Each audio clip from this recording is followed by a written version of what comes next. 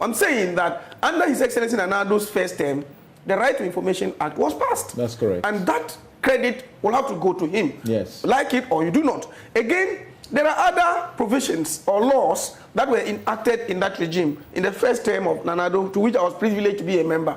One, if you look at the Whistleblowers Act, and then you look at the Witness Protection Act. Whistleblowers Act is 2006. 2006, I mean, but we did some amendments. And then again, if you look at the Witness Protection, we enacted it under the first term of Nanado's government. And then the OSP, let me tell you this, do a cross-check, and you are a person I hold in high esteem. Do a cross-check. There has never been in the history of Ghana any time when sitting government officials have been subjected to accountability by a state institution like now.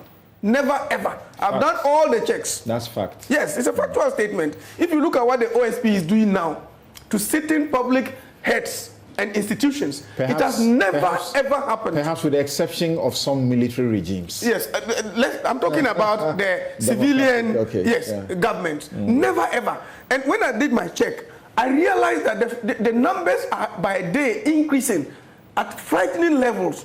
The people who have been reported to Office of Special Prosecutor for investigations and prosecutions at various stages, we have the numbers in frightening levels. And what does that tell you? It vindicates the very purpose for which the office was set up. Because if you look at the memorandum that accompanied the bill to Parliament, one of the cardinal principles was that governance experts and think tanks had actually indicated that one of our problems is the will of the Attorney General to be able to put one of his own into the dock for prosecution.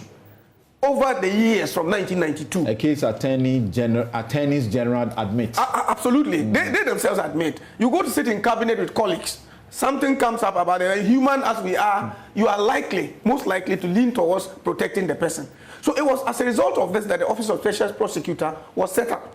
And if you look at what my brother Kisi is doing now, look at the number. I mean, Samuel Jeffy spoke about the former head of, I think... Bost? No, not Bost. Public Procurement Authority. Yes. He's being prosecuted as we speak. And you are aware. Yes, I mean, the Special Prosecutor even updated the public as to how far they have gone. There are some cases that Special Prosecutor has investigated and then found that they are not within his ambit and control, and therefore they've decided that they were not going to proceed with it.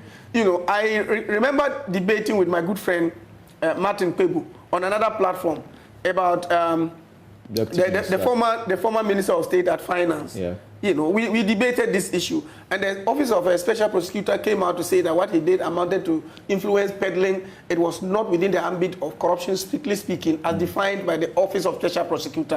And therefore, it decided that if the Attorney General was interested, it could go ahead to do it. And that was within the law that he was interpreting. And you could agree or not agree with him, because Martin was saying that, look, they should have put that case before court to test the... So what's the point, Penka? The point I'm trying to make... In the midst of all of this... The point I'm trying to make is that there have been efforts to fight corruption by the government deliberately, through statutory provisions, through enactment of laws. Through enactment of laws. But we find that we are either stagnating or deteriorating. And I'm saying that we have to diagnose what are the basic causes and principles underlying the fact that we have all the beautiful laws that we have promulgated over time and period, and yet we are unable to reduce it to the barest minimum.